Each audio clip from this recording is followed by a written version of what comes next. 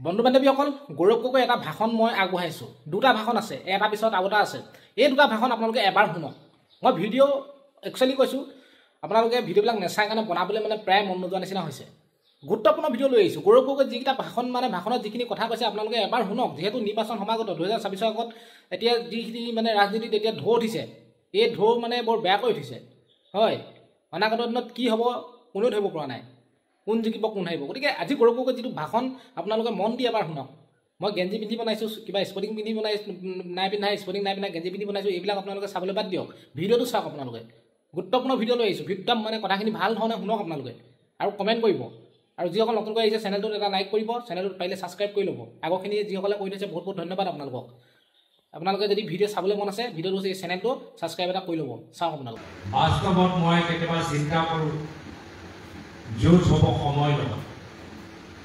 যিহেতু আজিৰ পৰা নিৰ্বাচনলৈকে আমাৰ হাতত বেছি সময় নাই, আৰু বহুতখিনি কাম ইতিমধ্যে কৰিবলগীয়া আছে। আজি আমি মাত্ৰ বিএলএসকলৰ লগত মত বিনিময় কৰিবলৈ সক্ষম হৈছোঁ।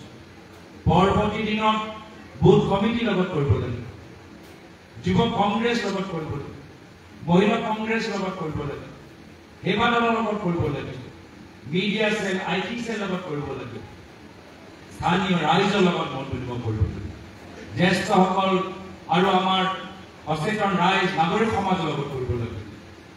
তো সেইকাৰণে সময় একদম নাই।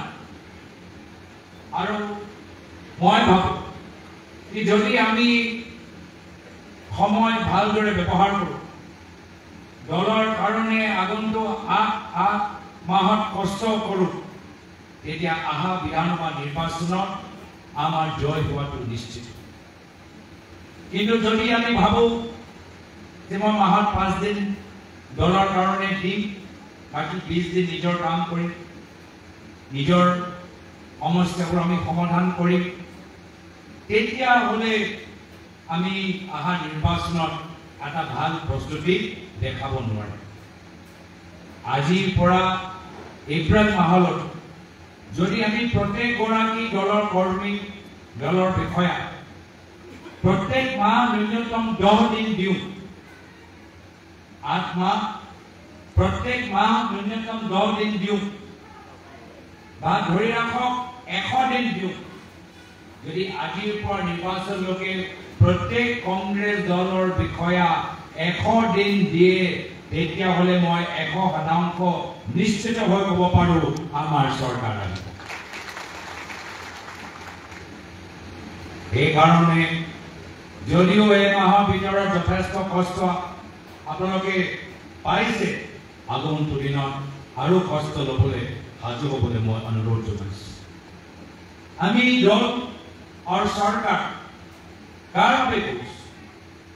অসমৰ জনসাধাৰণ, নিজৰ ব্যক্তিগতভাৱে নহয়, নিজৰ পৰিবাৰৰ বাবে নহয়, নিজৰ ঘৰৰ ল'ৰা ছোৱালীৰ বাবে নহয়। আমি যদি দল কৰিছোঁ, আমি যদি চৰকাৰ গঠন কৰা সংকল্প লৈছোঁ, তেতিয়া জনসাধাৰণৰ কল্যাণৰ বাবে, অসমৰ ৰাইজৰ বাবে, এই চৰাইদেউ জিলাৰ উন্নতি আৰু প্ৰগতি।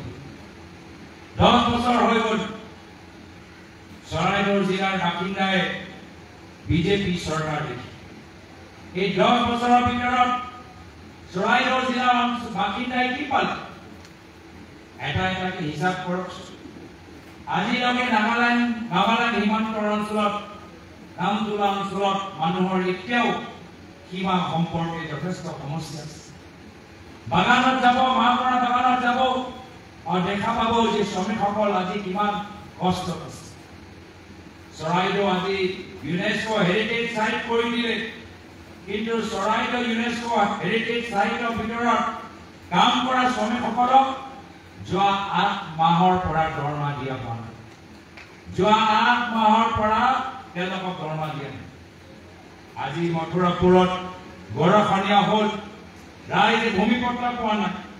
আজি চৰাইদেউ চিভিল হস্পিটেল পঠাই কওক বা হাতেকাটি মডেল হস্পিটেল পঠাই কওক, আজি নাৰ্ছৰ ওপৰত ইমান হেঁচা, ডক্টৰসকলৰ ওপৰত ইমান হেঁচা, যে আজি তাৰিখত আমাৰ মানুহবোৰে উন্নত চিকিৎসা পোৱা নাই। আমাৰ ভয়া পুখুৰী আজি সমস্যা আছে আৰু ৰাস্তা কথাই নকয় ৰাস্তা কুচুমাৰী ৰাস্তাই হওক দেওঘৰীয়া ৰাস্তাই হওক সেইদিনা মই আহি আছিলো শিৱসাগৰৰ পৰা মই ভাবিছিলো যেতিয়া আমি ৰাস্তাত গৈ আছো আমি কেনেদৰে বেলেগ ৰাজ্যৰ পৰা পৰ্যটকসকল চৰাইদেউ মৈদাম দেখাবলৈ বিচাৰিম যেতিয়া ৰাস্তা ইমান দিয়ে যি ৰাস্তা চৰাইদেউ মৈদামলৈ যোৱা ৰাস্তা এই ৰাস্তা অৱস্থা চাওক আজি দূৰদৰ্শনীৰ অৱস্থা চাওক আজি ৰেলৰ ভাল আজি কানেক্টিভিটি নাই ৰেলৰ সম্পৰ্কত কিমান সমস্যা কিন্তু এইবোৰ সমস্যালৈ বৰ্তমান চৰকাৰ যিদৰে মাত মাতিব লাগে মাত মাতা কিয় যে তেওঁলোকে ভাবে যে অহা নিৰ্বাচনত আমি আকৌ ভোট চুৰি কৰি ল'ম আৰু আকৌ নিজৰ চৰকাৰ গঠন কৰিম এতিয়া আমাক দুখীয়া ৰাইজৰ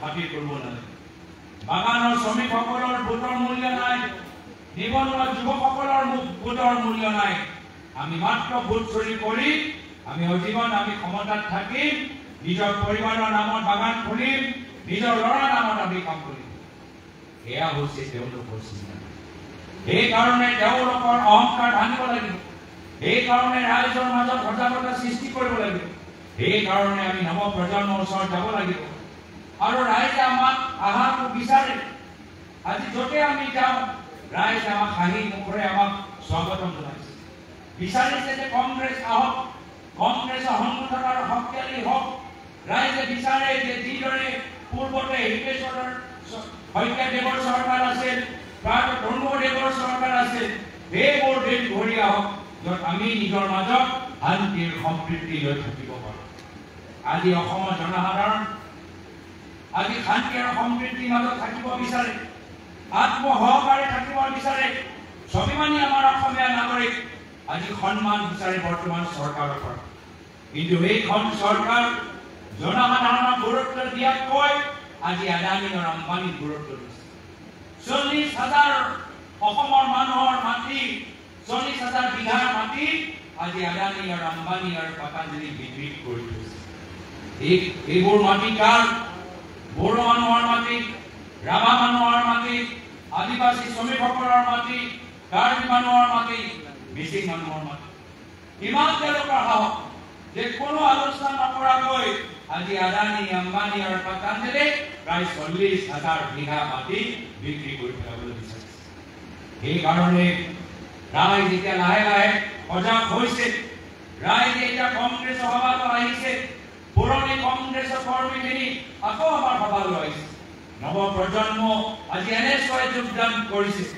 বিভিন্ন দলৰ মানুহবোৰ এতিয়া কৈছে যে আমি কংগ্ৰেছক সোমাবলৈ বিচাৰো এয়া হ'ল এটা পৰিৱৰ্তনৰ ইংগিত আৰু সেইকাৰণে এই পৰিৱৰ্তনৰ বঁটা চাই মুখ্যমন্ত্ৰী শংকিত হৈছে মুখ্যমন্ত্ৰী গম পাই গৈছে যে 8 মাহৰ পিছত তেওঁলোকৰ চকী যাব আৰু তাৰ পিছত কি হ'ব এই কথা আজি তেওঁলোকেও গম পাই গৈছে যে ৰাহুল গান্ধী ডাঙৰীয়া কোৱা কথাখিনি সঁচা প্ৰমাণ হ'বলৈ গৈছে ৰাহুল গান্ধী ডাঙৰীয়া বকো ছয়গাঁও সভাত কি কৈছে যে পৰৱৰ্তী দিনত যেতিয়া কংগ্ৰেছৰ চৰকাৰ আহিব অসমৰ জনসাধাৰণ মুখ্যমন্ত্ৰী হিমন্ত বিশ্ব শৰ্মা ডাঙৰীয়া জেলৰ ভিতৰত দেখা পাব এতিয়া হিমন্ত বিশ্ব শৰ্মা ডাঙৰীয়া নিজৰ ভৱিষ্যতলৈ শংকিত হৈছে আৰু সেইকাৰণে চিন্তাত পৰি কেনেদৰে অসমৰ ৰাইজৰ মাজত বিভাজন সৃষ্টি কৰিব সংঘাত সৃষ্টি কৰিব কাজিয়া সৃষ্টি কৰিব এই ধৰণৰ ৰাজনীতি আৰম্ভ কৰিছে আজি আমি কিছু অভিভাৱকসকলক গামোচা পিন্ধাইছো কিয় তেওঁলোকৰ ল'ৰা ছোৱালী আন্তঃৰাষ্ট্ৰীয় মঞ্চত ভাৰতৰ বাবে আজি স্বৰ্ণ পদক আনিছে সোণৰ পদক আনিছে গোল্ড মেডেল আনিছে আমি গৌৰৱ অনুভৱ কৰো যে চৰাইদেউ ৱেইট লিফটিং এছ'চিয়েশ্যনে আমাক এটা নহয় দুটা নহয় তিনিটা নহয় 4টা গোল্ড মেডেল আমাক আন্তঃৰাষ্ট্ৰীয় আজি মঞ্চত দিছে আমি চৰাইদেউ আমাৰ ৱেইট লিফটিং এছ'চিয়েশ্যনক ইয়াৰ পৰা আমি শুনিছে এয়া হ'ল আমাৰ কংগ্ৰেছ দলৰ চিন্তাধাৰা প্ৰায় তৰুণদেৱে বিচাৰিছিল যে বাগানৰ শ্ৰমিকসকলৰ ল'ৰা ছোৱালীৰ হাতত কম্পিউটাৰ থাকিব লাগে লেপটপ থাকিব লাগে, এয়া হ'ল কংগ্ৰেছৰ চিন্তাধাৰা। কিন্তু বৰ্তমানৰ সময়ত হিমন্ত বিশ্ব শৰ্মা ডাঙৰীয়াই কি বিচাৰে? যে অসমৰ নৱপ্ৰজন্মৰ হাতত বন্দুক দিবলৈ, আৰ্মছ লাইচেন্স দিবলৈ বিচাৰে। এয়া হ'ল তেওঁলোকৰ চিন্তাধাৰা। যি অসমৰ ভিতৰত কংগ্ৰেছ দলে ইমান কষ্ট কৰি শান্তি লৈ আনিলে, এই অসমৰ ভিতৰত হিমন্ত বিশ্ব শৰ্মা ডাঙৰীয়া সাম্প্ৰদায়িক জুই লগাবলৈ চেষ্টা কৰিছে। সেইকাৰণে আমাক সাৱধান হ'ব লাগিব, সজাগ হ'ব লাগিব, তেখেতৰ ৰাজনীতি বুজিব লাগিব। আজি তেওঁ নিজকে অসমীয়া মানুহৰ মাটি চকীদাৰ হিচাপে নিজকে প্ৰমাণ দিবলৈ বিচাৰিছে। মইতো কেতিয়াবা হাঁহি উঠে যে যিজনে নিজৰ পৰিবাৰৰ যোগেদি আটাইতকৈ বেছি অসমৰ মানুহৰ মাটি কিনিছে, আজি তেওঁ অসমৰ মাটি সুৰক্ষা কৰাৰ চিন্তা কৰিছে। আজি এটা জিলা এৰি দিয়া নাই য'ত তেওঁলোকৰ পৰিবাৰে মাটি কিনা নাই। ক'ৰবাত বাগান, ক'ৰবাত ৰিজৰ্ট, ক'ৰবাত হোটেল, ক'ৰবাত তেওঁলোকে প্ৰাইভেট স্কুল আদি খুলিবলৈ আৰম্ভ কৰিছে। এইবোৰ মাটি কাৰ? ক'ৰবাত খেতিয়কৰ মাটি, ক'ৰবাত শ্ৰমিকৰ মাটি, ক'ৰবাত ফৰেষ্টৰ মাটি, ক'ৰবাত চৰকাৰী মাটি, ক'ৰবাত ৱাইল্ড লাইফৰ মাটি। ৱাইল্ড লাইফ কৰিডৰ ভিতৰতো আজি তেওঁলোকে নিজৰ সম্পত্তি বনাইছে। এনেকুৱা হৈছে তেওঁলোকৰ আচৰণ, তেওঁলোকক উচ্ছেদ কৰিছে, চিলাপথাৰ কৰিছে, গুৱাহাটীত মিচিং মানুহক উচ্ছেদ কৰিছে, ডিমাচা মানুহক উচ্ছেদ কৰিছে, গাঁওবস্তাত ফিৰঞ্জা মানুহক উচ্ছেদ কৰিছে। এয়া হৈছে তেওঁলোকৰ ৰাজনীতি। আৰু সেইকাৰণে নিজৰ বিফলতা লুকাবলৈ, নিজৰ ব্যৰ্থতা লুকাবলৈ এতিয়া আমালোকৰ মাজত সংঘাত সৃষ্টি কৰিবলৈ দিছে। আজি দিছে এটা উদাহৰণ আমাক দেখাওক। পৰা কিছু বছৰ আগত কেন্দ্ৰীয় মন্ত্ৰী অমিত শ্বাহ ডাঙৰীয়াই কি ক'লে? যে উত্তৰ পূৰ্বাঞ্চলত 50টা পুখুৰী খান্দি দিলে বানপানী সমস্যা নাইকিয়া হৈ যাব। কৈছে নাই কয়? এতিয়া গোটেই গুৱাহাটী মহানগৰী পুখুৰী হৈ গৈছে। মানুহবোৰ 4 ঘণ্টা, 5 ঘণ্টা, 6 ঘণ্টা নিজৰ ঘৰলৈ যাওঁতে আজি যোৱাকালি গোটেই সময়টোতে গুচি গ'ল। এনেকুৱা এটা দুৰৱস্থা হৈছে। সেইকাৰণে এইবোৰ কেলেংকাৰী, এইবোৰ জুমলাবাজি, এইবোৰ তেওঁলোকৰ পাতল কথা লুকাবলৈ আমাৰ মাজত সংঘাত সৃষ্টি কৰিবলৈ বিচাৰে, ধৰ্মীয় মেৰুকৰণ কৰিবলৈ বিচাৰে।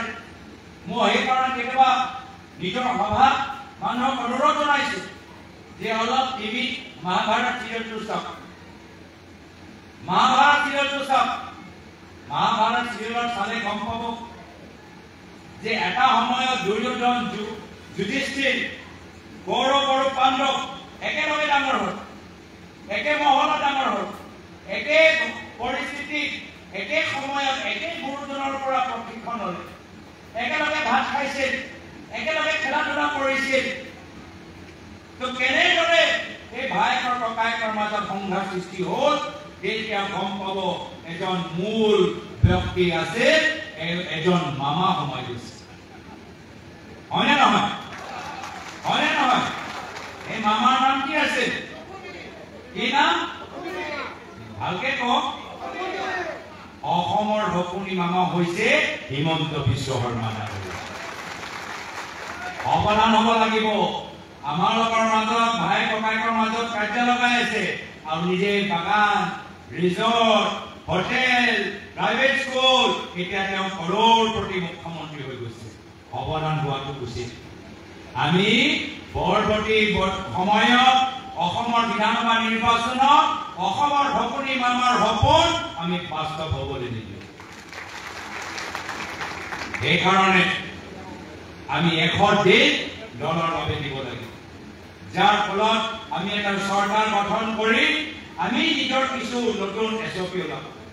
আজি তাৰিখত আমাৰ অসমৰ সপোনী মামাই খুব SOP কৈ থাকে। আমিও SOP ওলাব। আমাৰ SOP হ'ব যে অসম মহাপুৰুষ শ্ৰীমন্ত শংকৰদেৱৰ অসম হৈ থাকিব, আজান পীৰৰ অসম হৈ থাকিব, মাধৱদেৱৰ অসম হৈ থাকিব, চাউলুং চুকাফাৰ অসম হৈ থাকিব, লাচিত বৰফুকনৰ অসম হৈ থাকিব, জ্যোতিপ্ৰসাদ আগৰৱালৰ অসম হৈ থাকিব, ভূপেন হাজৰিকাৰ অসম হৈ থাকিব, আমাৰ শ্বহীদ কুশল কোঁৱৰৰ অসম হৈ থাকিব। আমাৰ SOP হ'ব যে কোনো মুখ্যমন্ত্ৰী মন্ত্ৰী নিজৰ পৰিবাৰৰ নামত কেন্দ্ৰৰ চৰকাৰৰ 50 লাখ টকা আঁচনি ল'ব নোৱাৰিব। আমাৰ দিনৰ গৰু চোৰ হ'ব নোৱাৰিব দেই। এইবোৰ গৰু চোৰ ভোট চোৰ এতিয়া আমি 8 মাহত আমি আমাৰ বিএলএ সকলক নিৰ্দেশ দিছো যে আপোনালোকে অসমৰ পৰা বিদায় দিয়ক। আমাৰ এছপি হ'ব যে গাঁৱৰ ভিতৰত মদৰ দোকান বন্ধ, চৰকাৰী স্কুল আৰম্ভ। আমাৰ এছপি হ'ব দিছপুৰৰ ডাঙৰ ডাঙৰ ঠিকাদাৰক গুৰুত্ব দিয়াতকৈ আমি সোণাৰীত স্থানীয় ঠিকাদাৰক আমি বেছি কাম আমি দিম। আমাৰ এছপি হ'ব অদৰকাৰী ফ্লাইঅভাৰ বনোৱা বন্ধ আৰু আপোনালোকৰ দূৰৰ আলি ৰাস্তাটো আমি মেৰামতি আৰু উন্নত আমি কৰিম। আমাৰ এছপি হ'ব যে বিধায়কৰ পালিনেতা নামত বাগান কিনা বন্ধ আৰু আমাৰ বাগানৰ ভিতৰত উন্নত চিকিৎসা পোৱা আমি ভাল আমি হস্পিটেল আমি কৰিবলৈ দিছোঁ। আৰু ৰাইজে নিৰ্ধাৰিত কৰিব যে তেওঁলোকে কাৰ এছপি বিচাৰে, হিমন্ত বিশ্ব শৰ্মা ডাঙৰীয়া এছপি বিচাৰে নে কংগ্ৰেছ দলৰ এছপি বিচাৰে। কিন্তু এইখিনি কথা ৰাইজৰ ওচৰত কোনে লৈ যাব? ৰাইজৰ ওচৰত আমাৰ বুথ কমিটি লৈ যাব লাগিব। সেইকাৰণে এই মাহৰ ভিতৰত আমি বুথ এজেন্টৰ ওপৰত জোৰ দিলো, অহা মাহত আমি বুথ কমিটিৰ ওপৰত জোৰ দিব লাগিব। আমি প্ৰত্যেকগৰাকী নিজৰ নিজৰ মণ্ডলৰ বুথ কমিটি গঠনৰ দায়িত্ব ল'ব লাগিব। এতিয়া বুথ কমিটি গঠন মাত্ৰ মণ্ডলৰ দায়িত্ব নহয়, বুথ কমিটি গঠন কৰাৰ দায়িত্ব হ'ব ডিষ্ট্ৰিক্ট কমিটি যিমানবোৰ বিষয়া সোমাইছে সকলোৱে নিজৰ নিজৰ মণ্ডলৰ ভিতৰত বুথ কমিটি গঠনৰ দায়িত্ব ল'ব লাগিব। বুথ কমিটি গঠনৰ দায়িত্ব প্ৰত্যেক কংগ্ৰেছ কমিটিৰ ভিতৰত যিমানবোৰ বিষয়া আছে এই যুটীয়া সম্পাদকে হওক, সম্পাদকজনে হওক বা সাধাৰণ সম্পাদকজনে হওক, আমি নিজৰ নিজৰ মণ্ডলৰ বুথ কমিটি গঠনৰ দায়িত্ব ল'ব লাগিব। আমি সকলোৱে একগোট হ'লেহে আমি অহা বিধানসভা নিৰ্বাচনত আমি নিজৰ চৰকাৰ গঠন কৰিব পাৰিম। য'ত এখন হ'ব, য'ত হ'বনে? য'ত এখন হ'বনে? আপোনালোকৰ উৎসাহ চাই সঁচাকৈ আজি মই যথেষ্ট আনন্দিত। আৰু ইমান সুন্দৰ সভা আয়োজন কৰাৰ বাবে যিমান কষ্ট জিলা কংগ্ৰেছ, ব্লক কংগ্ৰেছ, মণ্ডল কংগ্ৰেছ, আমাৰ মনে মনে পেটে পেটে যিমান আমাৰ প্ৰাৰ্থীসকল আছে সকলোকে মই নিজৰ আন্তৰিক মৰম শ্ৰদ্ধা আৰু শুভেচ্ছা জ্ঞাপন কৰি এই 10 বছৰ পাৰ হৈ যোৱাৰ পিছত এতিয়া আপোনালোকে নিজে হিচাপ নিকাচ কৰক, কিমানখিনি প্ৰতিশ্ৰুতি পূৰণ হ'ল আৰু কিমানখিনি কথা কাগজতে থাকি গ'ল। আহক এটা এটাকৈ আমি অধ্যয়ন কৰোঁ। ময়ো ভাল পাইছো 2014 চনত মোদী চৰকাৰ আহোঁতে খুব ভাল ভাল গান ওলাইছিল, ময়ো গান শুনিছিলো। গান শুনি মই অনুভৱ কৰিলো গানটো ভালে গালে, কোনে বেয়া পাব? যদি কোনোবাই কয় आपकी बार बहुत हुई महंगाई की मार, आपकी बार मोदी सरकार, কোনে কোনে বেয়া পাব? যে যদি মোদী চৰকাৰ আহিলে মূল্যবৃদ্ধি ৰোধ হ'ব, ৰাইজে নিশ্চয় ভোট দিব। কিন্তু এতিয়া হিচাপ নিকাচ কৰিলে আমি দেখা পাইছো যে 400 টকা গেছ চিলিণ্ডাৰ 1000 টকা হ'ল।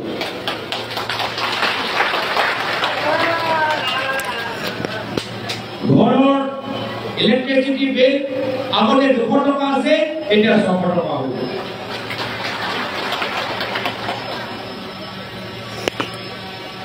এনেকুৱা আজি তেওঁলোকৰ অৱস্থা। জাতি মাটি ভেটি কথা ক'লে সকলে ঘৰ পাব, সকলে মাটি অধিকাৰ পাব কৈছে। বসুন্ধৰা 1, বসুন্ধৰা 2, বসুন্ধৰা 3 ওলাল। এটা হিচাপ নিকাচ কৰক কি হ'ল। আমি দেখা পাইছো এই বসুন্ধৰা 1, 2, 3 পিছত সাধাৰণ মানুহৰ লাভ হোৱা নাই, কিন্তু বিজেপি দলৰ সম্পত্তি আগতকে বেছি বাঢ়ি গৈছে। মানুহে ক'ৰবাত 1 ৰচা মাটি পাইছে, 1.5 ৰচা মাটি পাইছে, আৰু বিজেপি দল এতিয়া শ বিঘাৰ মাটিৰ মালিক হৈ গৈছে। কি কৈছিল? পৰিৱৰ্তন আহিছে। এটাই পৰিৱৰ্তন আমি দেখা পাইছো যে ধনী আৰু ধনী হৈ গ'ল, দুখীয়া আৰু দুখীয়া হৈ গ'ল। বিজেপিয়ে গৌ মাতা নামত ভোট বিচাৰিছিল, আকৌ এতিয়া আমি দেখা পাইছো যে বিজেপি দলৰ ভিতৰতে এতিয়া গৰু চুৰ লুকাই আছে।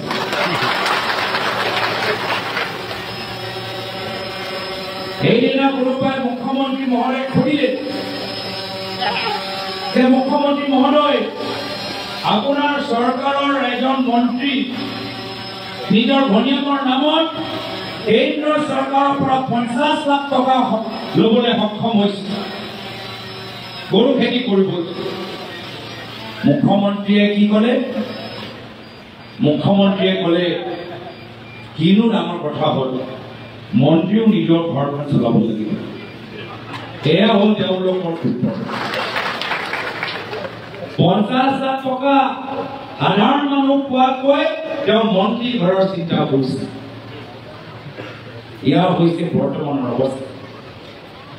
মুখ্যমন্ত্ৰী ডাঙৰ ডাঙৰ কথা কৈছে, ক'লে যে তেখেতৰ সপোন আছে যে অসমখনক ভাৰতৰ শীৰ্ষ 5টা ৰাজ্য তালিকা ভিতৰত চাবলৈ বিচাৰে। সেইদিনা চৰকাৰে তথ্য ল'ব উন্নয়নৰ ক্ষেত্ৰত, মানৱ কল্যাণৰ ক্ষেত্ৰত, শিক্ষা ক্ষেত্ৰত, স্বাস্থ্য ক্ষেত্ৰত অসমখনৰ নাম ভাৰতৰ শীৰ্ষ 5টা ৰাজ্যৰ ভিতৰত নহয়, ভাৰতৰ অন্তিম 5টা ৰাজ্যৰ তালিকাৰ ভিতৰত সোমাই পৰিছে। কিন্তু মুখ্যমন্ত্ৰী ক'ত চিন্তা? মুখ্যমন্ত্ৰী এটাই চিন্তা কৰিছে যে নিজৰ ধন সম্পত্তি কেনেদৰে আৰু বৃদ্ধি কৰিব পৰা যায়। আজি ভাৰতৰ ভিতৰত কરોড়পতি মুখ্যমন্ত্ৰী তালিকাৰ ভিতৰত হিমন্ত বিশ্ব শৰ্মা ডাঙৰীয়াৰ নাম অন্তৰ্ভুক্ত। ল'ৰা নামত 18টা কোম্পানী, পৰিবাৰৰ নামত ৰিজৰ্ট, স্কুল, চেনেল, কি নাই। মোৰ প্ৰয়াত পিতৃ অসমত 15 বছৰ মুখ্যমন্ত্ৰী আছে। মুখ্যমন্ত্ৰী হৈ তেওঁ ৰাইজক সেৱা কৰিবলৈ বিচাৰিছে। এয়া আছে তেখেতৰ আদৰ্শ। কেতিয়াও নিজৰ ল'ৰা নামৰ কোম্পানী খোলা নাছিল, নিজৰ পৰিবাৰৰ নামত বাগান লোৱা নাছিল, নিজৰ পৰিবাৰৰ সদস্যৰ নামত ৰিজৰ্ট খোলা নাছিল, চেনেল খোলা নাছিল। সদায় সহজ সৰল ভাৱে মানুহৰ মাজত আছে। এয়া হ'ল পাৰ্থক্য আজি কংগ্ৰেছ আৰু বিজেপিৰ মাজত। কংগ্ৰেছ হ'ল দুখীয়া মানুহৰ দল আৰু বিজেপি হ'ল ধনী মানুহৰ দল। আজি তাৰিখত অসমৰ মুখ্যমন্ত্ৰী হিমন্ত বিশ্ব শৰ্মা ডাঙৰীয়া অসমৰ খিলঞ্জীয়া মানুহৰ মাটিৰ কথা চিন্তা কৰিবলৈ যেন দেখাবলৈ চেষ্টা কৰিছে। তেওঁ খিলঞ্জীয়া মানুহৰ মাটিৰ কথা চিন্তা কৰিব। যিজনে অসমৰ বিভিন্ন জনজাতিৰ প্ৰায় 40,000 বিঘা মাটি ইতিমধ্যে আদানী, আম্বানী আৰু পতঞ্জলি বিক্ৰী কৰিলে, তেওঁ ক'ত খিলঞ্জীয়া মানুহৰ মাটি চিন্তা কৰিব? কাম উচেক কৰা নাই তেওঁলোকে।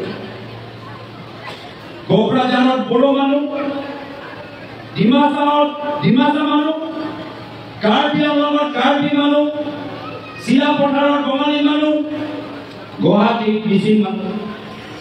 কাম তেওঁলোকে উচেক কৰা নাই। নাম অৱশ্যে খিলঞ্জীয়া মানুহ, গোৱাত পাৰাত ঘৰতে অন্তৰ্ভ মানুহ। আজি তেওঁলোকে ভাবে যে গোটেই অসমৰ ৰজা তেওঁহে, নিজকে অহংকাৰী ৰজা দৰে ভাবে। ৰজা দৰে অসমৰ জনসাধাৰণৰ লগত কোনো আলোচনা নকৰাকৈ 40,000 বিঘা মাটি আদানী আৰু আম্বানী আৰু পতঞ্জলি বিক্ৰী কৰিলে। এয়া হ'ল তেওঁলোকৰ চিন্তাধাৰা। আদানী, আম্বানী, পতঞ্জলি মাটি বিক্ৰী কৰিব। নিজৰ পৰিবাৰৰ নামত কেতিয়াবা ফ্লাইঅভাৰ কাষত, কেতিয়াবা নেশ্যনেল হাইৱে কাষত মাটি দিব।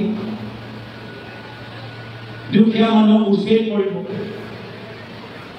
আৰু যদি দুখীয়া মানুহ প্ৰতিবাদ কৰিবলৈ ওলাই আহে এতিয়া পুলিচ পঠাই বিজেপি দলৰ গুণ্ডা বাহিনী পঠাই মানুহৰ মাজত ভয় সৃষ্টি কৰিব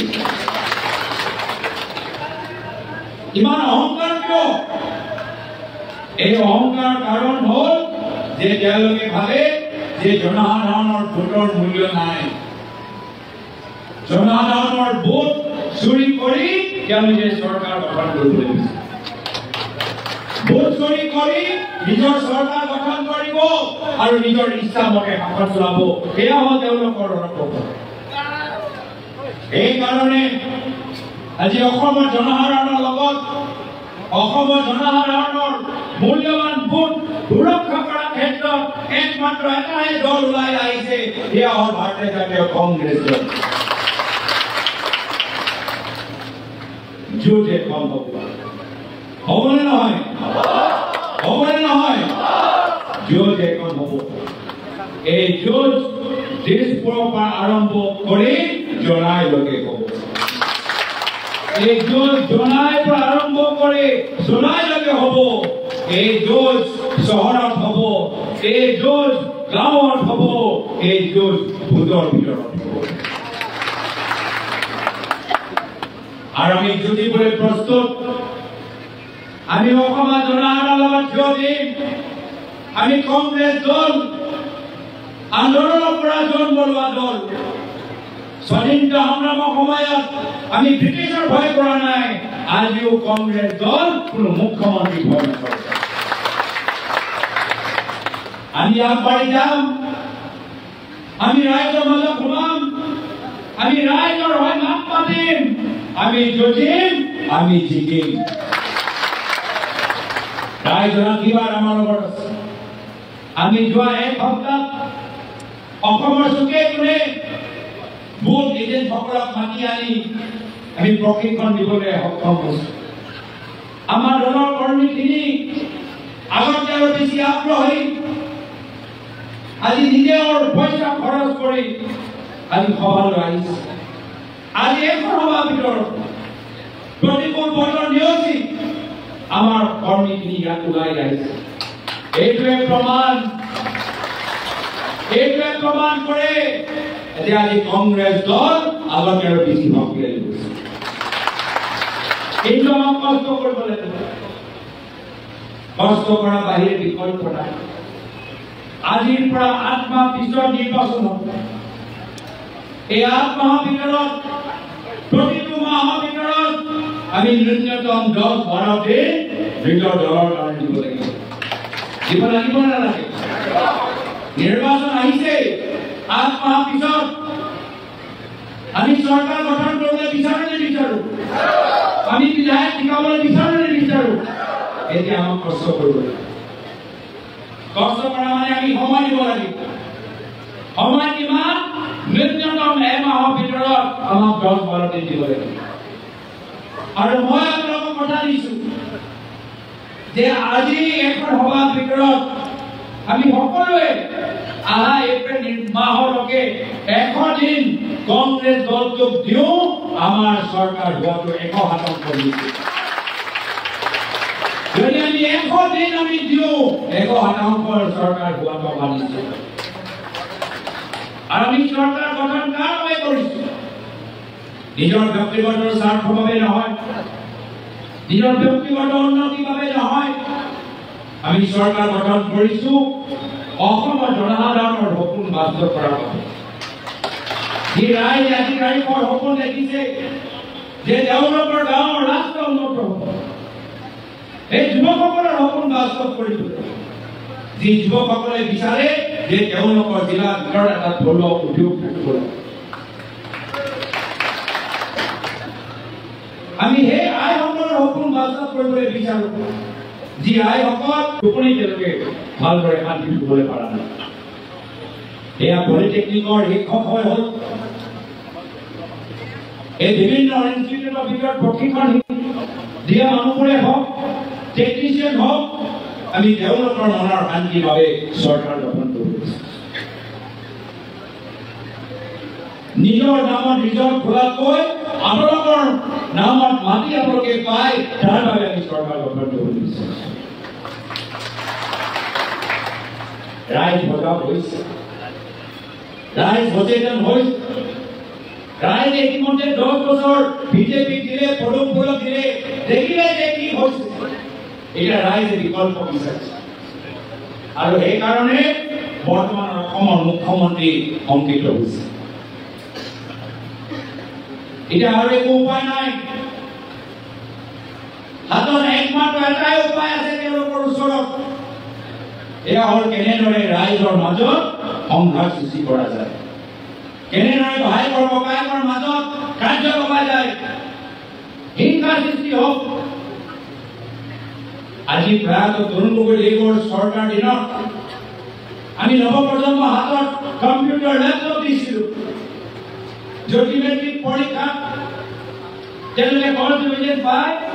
আমাৰ দিনত আমাৰ চৰকাৰে বিনামূলীয়া লেপটপ দিছিল, এয়া আছে আমাৰ চিন্তাধাৰা। কিন্তু বৰ্তমানৰ সময়ত অসমৰ মুখ্যমন্ত্ৰী নিবনুৱা হাতত আজি বন্দুক তেওঁলোকে দিবলৈ বিচাৰিছে। আজি উপায়হীন আমাৰ ল'ৰা ছোৱালীবোৰ আজি হতাশ হৈ পৰিছে। বৰ্তমানৰ সময়ত মুখ্যমন্ত্ৰী মহোদয় ঘৰৰ গাঁৱৰ ভিতৰত চৰকাৰী স্কুল বন্ধ কৰি মদৰ দোকান খুলিবলৈ আৰম্ভ কৰিছে। আমি বিচাৰো ল'ৰা ছোৱালীৰ হাতত থাকিব লাগে কম্পিউটাৰ, লেপটপ, গ'ল্ড মেডেল, আৰু তেওঁলোকৰ কামত এতিয়া ল'ৰা ছোৱালীৰ হাতত তেওঁলোকে বন্দুক দিবলৈ বিচাৰে বা আন হাতত মদৰ বটল দিবলৈ বিচাৰে। মাত্ৰ সংঘাত কেনেকৈ সৃষ্টি কৰা যায়, যি সংঘাত যোগেদি অসমৰ দুখীয়া ৰাইজৰ উন্নয়ন নহ'ব, কিন্তু তেওঁলোকৰ ৰাজনৈতিক স্বাৰ্থ পূৰণ হ'ব। সেইকাৰণে আমি সংঘাতৰ পৰা সাৱধান হ'ব লাগিব, তেওঁলোকৰ ৰাজনীতিৰ প্ৰতি সতৰ্ক হ'ব লাগিব। আৰু সেইকাৰণে মই এইকেইটা দিন অসমৰ জনসাধাৰণক অলপ মহাভাৰত চাবলৈ অনুৰোধ জনাইছো। মহাভাৰতৰ পৰা আমি বহুতখিনি কথা জানিব পাৰোঁ। আৰু আজিৰ তাৰিখত আটাইতকৈ প্ৰাসংগিক কথা হ'ল যে পাণ্ডৱ আৰু কৌৰৱৰ মাজত যুদ্ধটো কেনেকৈ লাগিল। পাণ্ডৱ আৰু কৌৰৱ একেলগে ডাঙৰ হ'ল, যুধিষ্ঠিৰ দুৰ্যোধন ভাই ককায়েকৰ দৰে আছিল, একেলগে ভাত খাইছিল, একেলগে ডাঙৰ হ'ল, একেলগে খেলা ধূলা কৰিছিল, একেলগে গুৰু দ্ৰোণাচাৰ্যৰ পৰা প্ৰশিক্ষণ লৈছিল। তো কেনেদৰে ভাইকৰ ককায়েকৰ মাজত সংঘাত সৃষ্টি হ'ল? এই সংঘাত সৃষ্টি কৰাৰ মূল নায়ক আছিল এজন মামা, হয়নে নহয়? মামা আছিলে নে নাই? এই মামাৰ নাম কি আছে? কি নাম? অলপ জোৰকে কওক, পিছৰ মানুহখিনিয়ে শুনি পাব। কি? শকুনি। অসমৰ শকুনি নাম হ'ল হিমন্ত বিশ্ব শৰ্মা। অসমৰ শকুনি নাম হ'ল হিমন্ত বিশ্ব শৰ্মা ডাঙৰীয়া, যি আমাৰ নৱপ্ৰজন্মৰ হাতত বন্দুক আৰু মদৰ বটল দিবলৈ বিচাৰিছে। মিচিং নন মিচিঙৰ মাজত সংঘাত সৃষ্টি কৰিবলৈ বিচাৰিছে তেওঁলোকৰ নাম। এইকাৰণে আমাৰ সংকল্প যে অহা বছৰ আমি সকলোৱে একগোট হৈ অসমৰ ভিতৰত কংগ্ৰেছৰ নেতৃত্বৰ চৰকাৰ গঠন কৰিম আৰু অসমৰ পৰা শকুনি মামা আমি বিদায় দিম। আমি বিদায় দিম নে নিদিম? বিদায় দিম নে নিদিম? আমি অসমৰ পৰা আমাৰ মাজত সংঘাত লগোৱা শকুনি মামা আমি ইয়াৰ পৰা বিদায় দিম। আৰু তাৰপিছত আমাৰ যেতিয়া চৰকাৰ আহিব, আমিও কিছু নতুন এছঅপি ওলাম। আমাৰ এছঅপি হ'ব যে কোনো মন্ত্ৰী নিজৰ পৰিবাৰৰ নামত কেন্দ্ৰীয় চৰকাৰৰ পৰা 50 লাখ টকা চৰকাৰী আঁচনি ল'ব লাগিব।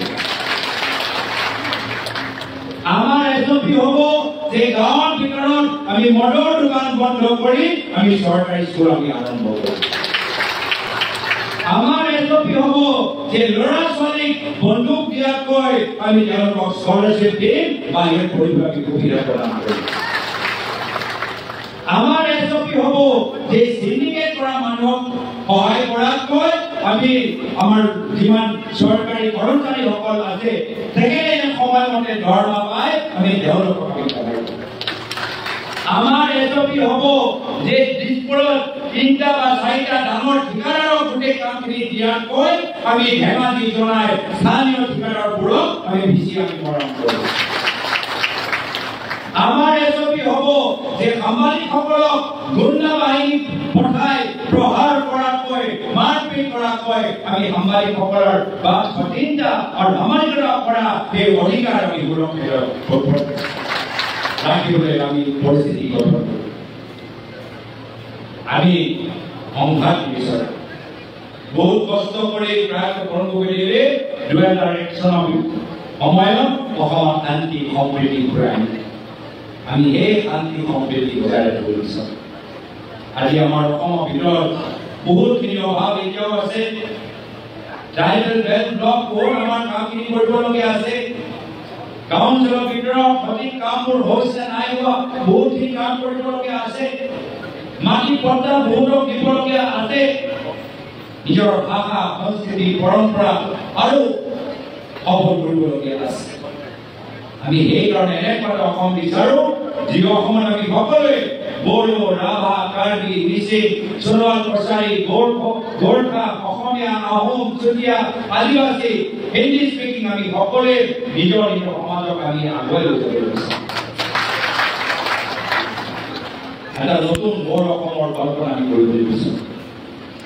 এই বড়ো অসমত চৰকাৰ ধনী মানুহৰ নহয়, চৰকাৰ দুখীয়া ৰাইজৰ হৈ কাম কৰাটো বিচাৰো। এই ক্ষেত্ৰত লাগিব আপোনালোকৰ সহায়, এই ক্ষেত্ৰত লাগিব আপোনালোকৰ ত্যাগ, এই ক্ষেত্ৰত লাগিব আপোনালোকৰ বলিদান, এই ক্ষেত্ৰত লাগিব আপোনালোকৰ কষ্ট। আৰু আশাবাদী যে আজি যিদৰে আমি এখন সভা সফল কৰিবলৈ আমি কষ্ট কৰিছো, পৰৱৰ্তী দিনত যদি আমি এনেদৰে কষ্ট কৰি যাওঁ, ভোট লগে আমি নিজৰ সংগঠন সবল কৰি যাওঁ, আমাৰ চৰকাৰ আহিবই, অসমৰ ৰাইজৰ বিজয় হোৱাটো নিশ্চিত। তো এখন আজি এই সভাৰ লগত জড়িত হৈ থকা যুৱক কংগ্ৰেছ, ব্লক কংগ্ৰেছ, জিলা কংগ্ৰেছ, প্ৰদেশ কংগ্ৰেছ, NSY মহিলা কংগ্ৰেছ, য়াং ব্ৰিগেড সেৱা দল, প্ৰদেশ কংগ্ৰেছৰ বিষয়াসকল, আজি মই নিজৰ ফালৰ পৰা আন্তৰিক ধন্যবাদ আৰু শুভেচ্ছা জ্ঞাপন কৰিছোঁ। আৰু ইয়াত উপস্থিত থকা দলৰ সতীৰ্থসকল যিসকলে প্ৰতিকূল বতৰ নেওচি আজি সভাত উপস্থিত হ'ল, ধৈৰ্য সহকাৰে আমাৰ কথাখিনি শুনাৰ বাবে মই নিজৰ আন্তৰিক কৃতজ্ঞতা জ্ঞাপন কৰিছোঁ। আশা কৰোঁ যে আগন্তুক দিনত আকৌ আমি লগ পাম, শান্তি প্ৰগতিৰে আমি সকলোৱে আগবাঢ়ি যাম। এই অসম মিলনৰ অসম, এনাজৰীৰ অসম, শান্তিৰ অসম, সম্প্ৰীতিৰ অসম পৰৱৰ্তী দিনত আমি গঠন কৰিবলৈ সক্ষম হ'ম। এইখিনিয়ে কথা কৈ মই নিজৰ চমু সামৰিছোঁ। ধন্যবাদ। জয় জয়।